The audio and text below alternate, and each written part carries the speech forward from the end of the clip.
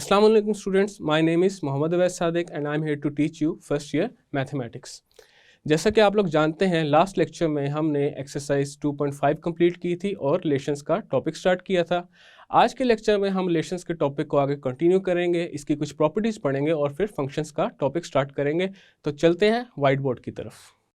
आज के लेक्चर में हम रिलेशंस को एग्जांपल करते हैं एंड देन फर्दर जो टॉपिक है हमारा फंक्शंस का उसे स्टडी करेंगे। तो एग्जांपल है हमारे पास let a is equal to r where r हमारे पास क्या है, the set of real numbers। अब यहाँ पे हमने एक ऐसा रिलेशन बनाना है जिसमें y is equal to x plus 1 हो। तो इसको यहाँ पे लिखते हैं, determine the relation r such that x r y if and only if y is equal to x plus 1। अब हमारे पास आगे जितने भी ऑर्डर पेयर्स बनने चाहिए रिलेशन के अंदर, उनमें हमारे पास ये वाली इक्वेशन सेटिस्फाई होनी चाहिए। अब हमारे पास यहाँ पे a क्या है, सेट ऑफ रियल नंबर्स। तो सबसे पहले कार्टेशियन प्रोडक्ट फाइंड करेंगे। अब यहाँ पे जब a क्रॉस a फाइंड करेंगे तो ये हमारे पास infinite numbers of order pairs आ जाएंगे। तो इसको सिंपली यहाँ पे लिख लेते हैं r क्रॉस r, और जो रिलेशन है वो हमारे पास क्या बनेगा, ऐसे order pairs x y such that y is equal to x plus 1। ऐसे ऑर्डर पेयर्स जिसमें हमारे पास ये वाली जो स्टेटमेंट है या ये वाली जो इक्वेशन है सेटिस्फाई हो रही हो। अब इसके ऑर्डर पेयर्स फाइंड करने का तरीका ये है कि हम x में कुछ वैल्यूज पुट करें एंड देन y की फिर हमारे पास वहां से कुछ वैल्यूज आए। लेट्स से x हमारे पास क्या है, यहाँ पे एक टेबल बना लेते हैं। लेट्स से x इज 0 तो y क्या हो जाएगा 1, x इज 1 y इज 2। उसी तरह अगर x 2 हो जाएगा तो y क्या आ जाएगा, 3 आ जाएगा। x 3 है तो y 4 आ जाएगा, x 5 है तो y 6 आ जाएगा। इसी तरह ये आगे बनते जाएंगे। तो यहाँ पे जो हमने x एंड y की वैल्यूज फाइंड की हैं इनके कुछ ऑर्डर पेयर्स बना लेते हैं। तो रिलेशन क्या हो जाएगा हमारे पास, 0 1 1 2 2 3 3 4 5 6 एंड सो ऑन। तो ये हमारे पास क्या आ गया, एक रिलेशन आ गया जिसमें हमने कुछ ऑर्डर पेयर्स लिख दिए हैं। वैसे तो इस रिलेशन की डोमेन जो देखी जाए वो हमारे पास होगी 0 1 2 3 एंड 5, लेकिन हमने अब जो डोमेन लिखनी है वो हमने जो हमारा मेन रिलेशन बना है ये वाला, इसकी डोमेन लिखनी है। ऑर्डर पेयर, ऐसे ऑर्डर पेयर जिसमें y is equal to x plus 1 हो। तो इसमें हमारे पास जो डोमेन होगी रिलेशन की वो क्या होगी, रियल नंबर्स होगी। बिकॉज यहाँ पे हमारे पास जो हम x की वैल्यूज पुट कर रहे हैं वो इनफाइनाइट है और वो सारी क्या है, रियल नंबर्स। उसी तरह x की जो वैल्यूज हैं उनके अगेंस्ट जो y की वैल्यूज आएंगी वो भी हमारे पास क्या होंगी, इनफाइनाइट होंगी। तो वो क्या होगी, रेंज, वो भी क्या होगी, रियल नंबर। नेक्स्ट हमारे पास जो टॉपिक है वो है फंक्शंस। फंक्शन की सबसे पहले डेफिनेशन देखते हैं। Let a and b be two non-empty sets such that, अब इसकी पहली कंडीशन क्या है, f is a relation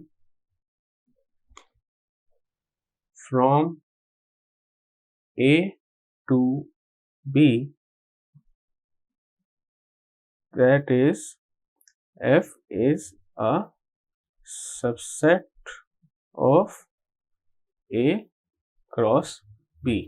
अब जो पहली कंडीशन हमें बताई गई है वो ये है कि a और b के दरमियान हमारे पास कोई ना कोई रिलेशन होना चाहिए, और जो ऑर्डर पेयर्स बनेंगे ना f उसका क्या होगा, सबसेट होगा। सेकंड कंडीशन क्या है, जो रिलेशन हमारे पास f है उसकी जो डोमेन है वो क्या होनी चाहिए, a के इक्वल होनी चाहिए। a के सेट में जो एलिमेंट्स हैं हमारे पास वो इक्वल होने चाहिए डोमेन ऑफ f के। और जो थर्ड कंडीशन है वो है first element of no two pairs of F are equal. अब जो हमारे पास ऑर्डर्ड पेयर्स बनेंगे रिलेशन एफ में, उसमें जो पहले वाले एलिमेंट्स होंगे किसी भी दो ऑर्डर्ड पेयर्स में, वो पहले एलिमेंट्स इक्वल नहीं होने चाहिए। अगर ये तीन कंडीशंस हमारे पास सेटिस्फाई हो रही हैं, देन हम कह सकते हैं f is said to be a function from a to p। और इसको जनरल फॉर्म में कैसे लिखा जाता है? f a implies b। यहाँ पे f क्या है? फंक्शन है फ्रॉम a टू b। अब इसकी कुछ एग्जांपल्स देखते हैं। लास्ट लेक्चर में हमने एक एग्जांपल की थी, उसी को रिपीट करते हैं। Let a is equal to 1 2 3 determine the relation are such that x are y if and only if x less than y। तो इसमें सबसे पहले हमने एक कार्टेशियन प्रोडक्ट लिया था a क्रॉस a का, वो आया था हमारे पास 1 1 1 2 1 3 2 1 2 2 2 3 3 1 3 2 3 3। तो यहाँ पे हमारे पास अब रिलेशन क्या बना था? ऐसे ऑर्डर्ड पेयर्स जिसमें x हमारे पास y से छोटा हो, तो ये थे हमारे पास 1 2 1 3 2 3। अब यहाँ पे देखा जा सकता है हमारे पास जो दो ऑर्डर्ड पेयर्स ऐसे हैं जिसमें हमारे पास डोमेन क्या हो रही है? सेम आ रही है। इस ऑर्डर्ड पेयर में भी हमारे पास डोमेन 1 है, इस ऑर्डर्ड पेयर में भी हमारे पास डोमेन 1 है। और यहाँ पे जो डोमेन है हमारे पास, domain of R is not equal to A, because domain अगर हमारे पास होती 1 2 3 तो वो शायद इक्वल होती और हम उसे फंक्शन कह सकते थे, लेकिन यहाँ पे डोमेन एक तो इक्वल भी नहीं है, और जो तीसरी कंडीशन है हमारे पास फंक्शन की, first element of no two pairs of f are equal, वो भी यहाँ पे सेटिस्फाई नहीं हो रही। तो हम क्लियरली यहाँ पे ये कह सकते हैं कि ये r हमारे पास फंक्शन नहीं है। उसी तरह आज के लेक्चर के स्टार्ट में हमने एक और एग्जाम्पल की थी, उस एग्जाम्पल को देखते हैं। तो हमारे पास ये वो एग्जाम्पल है। अब इसमें हमारे पास a क्रॉस a क्या आ रहा है? r क्रॉस r, और जो रिलेशन है वो हमारे पास है x y such that y is equal to x plus 1। सबसे पहले तो यहाँ पे ये देखते हैं ये रिलेशन हमारे पास a क्रॉस a का क्या है? सबसेट है। उसके बाद जो डोमेन है हमारे पास वो क्या आ रही है? एक रियल नंबर्स, मतलब सेट ऑफ रियल नंबर्स हमारे पास डोमेन में आ रहे हैं। तो यहाँ पे डोमेन हमारे पास इक्वल हो गई रियल नंबर्स के, या फिर कह सकते हैं कि a के equal. Domain of R is equal to a which is equal to the set of real numbers. और उसी तरह अगर यहाँ पे हमने कुछ ऑर्डर्ड पेयर्स लिखे थे, इनको देखा जाए तो हमारे पास कोई भी दो पेयर्स ऐसे नहीं है जिसमें जो डोमेन है वो सेम आ रही हो। सब में हमारे पास डोमेन क्या आ रही है? डिफरेंट आ रही है, और बाकियों में भी हमारे पास डोमेन डिफरेंट आती रहेगी। तो इसमें जो R है हमारे पास, वो हमारे पास क्या है? फंक्शन है। R is a function. तो ये थी फंक्शन की डेफिनेशन और उसकी कुछ एग्जांपल्स। अभी फंक्शंस की कुछ टाइप्स करते हैं। फंक्शन की जो पहली टाइप है हमारे पास वो है इनटू फंक्शन। अब इनटू फंक्शन की पहले डेफिनेशन लिखते हैं, फिर इसकी एग्जांपल्स करते हैं। If a function f a to b is such that range of f is a subset of b, i.e. range of f must not be equal to b, then f is said to be a function from a into b। अब into function की definition में हमें ये कहा गया है कि अगर हमारे पास जो रेंज है वो जो दूसरे वाला सेट है, सेट बी, उसकी सबसेट है रेंज हमारे पास, लेकिन रेंज इक्वल नहीं होनी चाहिए, देन एफ क्या होगा, एक इंटू फंक्शन होगा। तो सबसे पहले जब हमारे पास कोई भी एक रिलेशन दिया हो, सबसे पहले तो उसमें चेक करना है क्या वो फंक्शन है या नहीं है। उसके बाद हम चेक करेंगे कि फंक्शन की कौन सी टाइप है यहाँ पे। तो इसकी एक एग्जांपल करते हैं। लेट्स से हमारे पास एक सेट ए है जो कि है 1 3 5 और बी है 2 4 6 8 और जो रिलेशन हमारे पास बन रहा है वो कुछ इस तरह बन रहा है 1 2 3 4 5 6। ये आ गया हमारे पास रिलेशन। अब अगर हमने ये चेक करना है क्या ये इनटू फंक्शन है या नहीं है, तो सबसे पहले तो चेक करते हैं क्या ये फंक्शन भी है या नहीं है। अब यहाँ पे क्लियरली देखा जा सकता है जो डोमेन है हमारे पास आर की, वो हमारे पास क्या है 1 3 5 जो कि इक्वल है सेट ए के, और हमारे पास ये जो रिलेशन है वो क्या है, सबसेट है ए क्रॉस बी का। और जो तीसरी कंडीशन थी कि जो डोमेन है हमारे पास वो दो ऑर्डर्ड पेयर्स में सेम नहीं होनी चाहिए, तो वो भी यहाँ पे सेटिस्फाई हो रही है।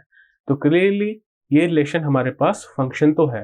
अब ये चेक करना है क्या ये इनटू फंक्शन है या नहीं है। तो इसकी रेंज हमारे पास क्या है, इसकी रेंज है 2 4 6।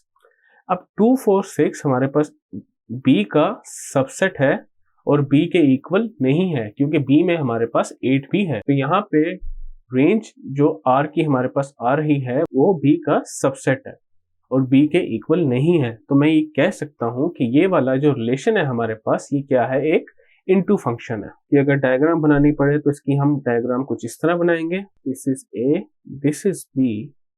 फंक्शन हमारे पास a से b तक है और a के एलिमेंट्स हैं हमारे पास 1 3 5 और b के एलिमेंट्स हैं 2 4 6 8। तो हमारे पास जो रिलेशन में पहला ऑर्डर पेयर था वो था 1 2 का, दूसरा ऑर्डर पेयर था 3 4 का और तीसरा था 5 6 का। तो ये इनटू फंक्शन को हमने डायग्राम की फॉर्म में कर दिया। नेक्स्ट जो फंक्शन की टाइप है वो है ऑनटू फंक्शन। यहाँ पे ऑनटू को सर्जेक्टिव भी कहा जाता है।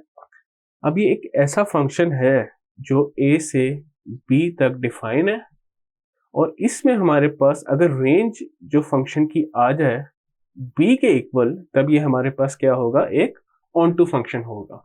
इनटू में हमने पढ़ा था जो रेंज है वो क्या होनी चाहिए, सेट b का सबसेट होनी चाहिए, लेकिन ऑनटू में जो रेंज है वो क्या होनी चाहिए, सेट b के इक्वल होनी चाहिए। अब जो लास्ट एग्जांपल हमने इनटू की थी उसमें हमारे पास जो रेंज फंक्शन की थी वो सेट b का सबसेट थी लेकिन सेट b के इक्वल नहीं थी। तो ये तो था हमारे पास इनटू फंक्शन, ये फंक्शन ऑनटू नहीं है। और अभी हम ऑनटू फंक्शन की एक एग्जांपल करते हैं। तो इसकी डायग्राम पहले बनाते हैं। तो हम अपने कोई रिलेशन डिफाइन कर देते हैं अपनी तरफ से। Let's say this is 1, this is 2, this is 3,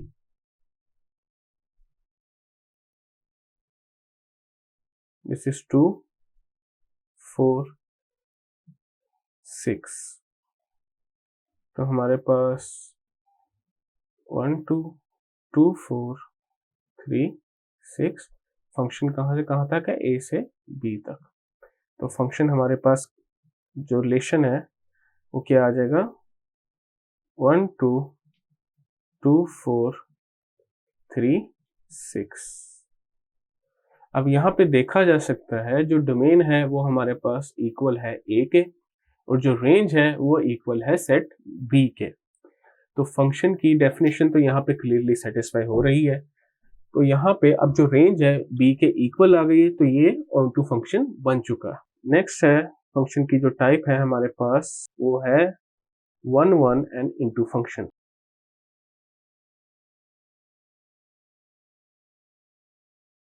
ये हमारे पास थर्ड टाइप है फंक्शन की, को कहते हैं 1 1 एंड इनटू फंक्शन, या फिर इसको इंजेक्टिव फंक्शन भी कहा जा सकता है। इंजेक्टिव फंक्शन में क्या करते हैं, लेट्स से हमारे पास एक फंक्शन है जो a टू b तक डिफाइन है। अब इसमें हमारे पास जो ऑर्डर्ड पेयर्स के सेकंड एलिमेंट्स हैं वो सेम नहीं होने चाहिए। यहाँ पे क्या लिखते हैं, second elements of no two of its ordered pairs are equal।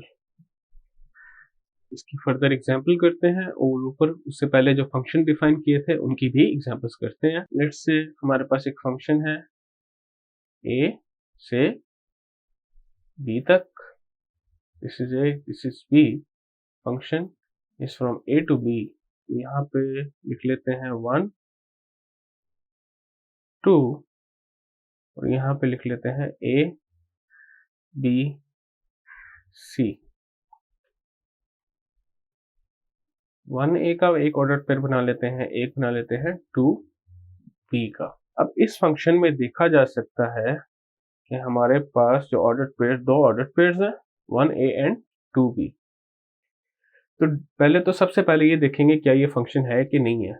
सबसे पहले जो प्रॉपर्टी फंक्शन की है होती है वो ये देखना है कि जो फंक्शन है वो हमारे पास रिलेशन का सबसेट है या नहीं है। तो यहाँ पे हमने ये अज्यूम किया हुआ है कि ये सबसेट है। और दूसरी प्रॉपर्टी क्या है कि डोमेन जो फंक्शन की है वो इक्वल होनी चाहिए सेट ए के। तो डोमेन हमारे पास यहाँ पे क्या है 1 2 which is equal to set A. और जो तीसरी प्रॉपर्टी हमारे पास फंक्शन की थी वो ये थी कि किसी भी दो ऑर्डर्ड पेयर्स में डोमेन हमारे पास सेम नहीं होनी चाहिए। जो पहले एलिमेंट्स है हमारे पास वो किसी भी दो ऑर्डर्ड पेयर्स में सेम नहीं होने चाहिए। अब यहाँ पे अगर जो सेकंड एलिमेंट्स देखें, इंजेक्टिव की प्रॉपर्टी ये थी कि जो सेकंड एलिमेंट्स हैं ऑर्डर्ड पेयर्स के वो भी सेम नहीं होने चाहिए। अब यहाँ पे सेकंड एलिमेंट्स हमारे पास सेम नहीं है, बिकॉज यहाँ पे जो रेंज आ रही है वो हमारे पास क्या आ रही है a एंड b। तो सेकंड एलिमेंट सेम नहीं है, तो ये हमारे पास क्या है, एक इंजेक्टिव फंक्शन। लेकिन ये फंक्शन हमारे पास ऑन टू फंक्शन नहीं है, बिकॉज ऑन टू फंक्शन में जो रेंज है हमारे पास फंक्शन की वो b के इक्वल आनी चाहिए। अगर इसकी रेंज a b और c होती तो ये शायद ऑन टू फंक्शन बन जाता, लेकिन अभी रेंज इसकी क्या है, a और b। तो ये हमारे पास एक इंजेक्टिव फंक्शन होगा। और यहाँ पे ये फंक्शन एक इनटू फंक्शन भी है।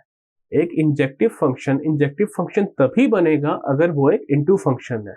इसकी ये जो डेफिनेशन है उसमें नाम से ही पता चल रहा है कि ये इनटू फंक्शन भी होना चाहिए और 1 to 1 कोरेस्पोंडेंस होनी चाहिए, तभी ये एक इंजेक्टिव फंक्शन बनेगा। नेक्स्ट हमारे पास जो फंक्शन की टाइप है वो है बाइजेक्टिव फंक्शन। अब बाइजेक्टिव फंक्शन भी हमारे पास क्या होता है, 1 1 होता है जिसमें 1 1 कोरेस्पोंडेंस हो एंड ऑन टू फंक्शन। अगर हमारे पास ये दोनों चीजें सेटिस्फाई हो रही हो तो ये फंक्शन बन जाता है बाइजेक्टिव फंक्शन।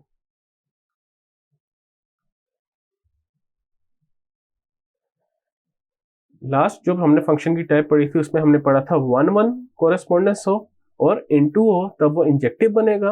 अगर 1 1 कोरेस्पोंडेंस हो और ऑन टू हो तो वो क्या बनेगा, एक बाइजेक्टिव फंक्शन बनेगा। लास्ट हमने जो एग्जांपल की थी उसमें 1 1 कोरेस्पोंडेंस तो थी हमारे पास, लेकिन ऑन टू फंक्शन वो नहीं था, बिकॉज ऑन टू में रेंज हमारे पास क्या होनी चाहिए, सेट बी के इक्वल होनी चाहिए।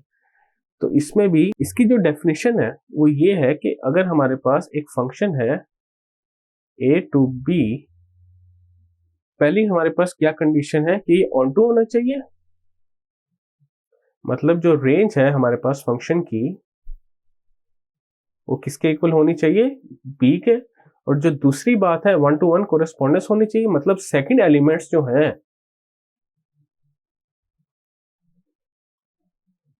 Second elements of ordered pair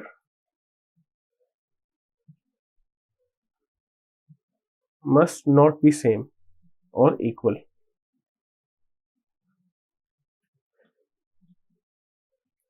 तो यहाँ पे इसकी एक एग्जांपल करते हैं। लेट्स से हमारे पास एक फंक्शन है a, this is b। a में डाल देते हैं हम लोग a, b and c, and b में डाल देते हैं x, y, z। Function define हो रहा है a to b, तो ये कह लें a, y, b, z, c, x। तो यहाँ पे क्लियरली हमारे पास 1 to 1 कोरेस्पोंडेंस है, और जो रेंज है हमारे पास फंक्शन की वो क्या है, x, y, z, which is equal to set b। तो ये एक ऑन टू फंक्शन भी बन गया हमारे पास। अगर हमारे पास ये दोनों प्रॉपर्टी सेटिस्फाई हो जाए 1 to 1 correspondence and onto की, तो ये हमारे पास क्या हो गया, एक बाइजेक्टिव फंक्शन। तो स्टूडेंट्स, आज के लेक्चर में हमने रिलेशंस के टॉपिक की कुछ एग्जांपल्स की एंड देन फंक्शंस का टॉपिक स्टार्ट किया। उसके बाद हमने फंक्शंस की टाइप्स पढ़ी और कुछ एग्जांपल्स को सॉल्व किया। मैं उम्मीद करता हूँ आपको आज का लेक्चर समझ आया होगा। मिलते हैं फिर अगले लेक्चर में।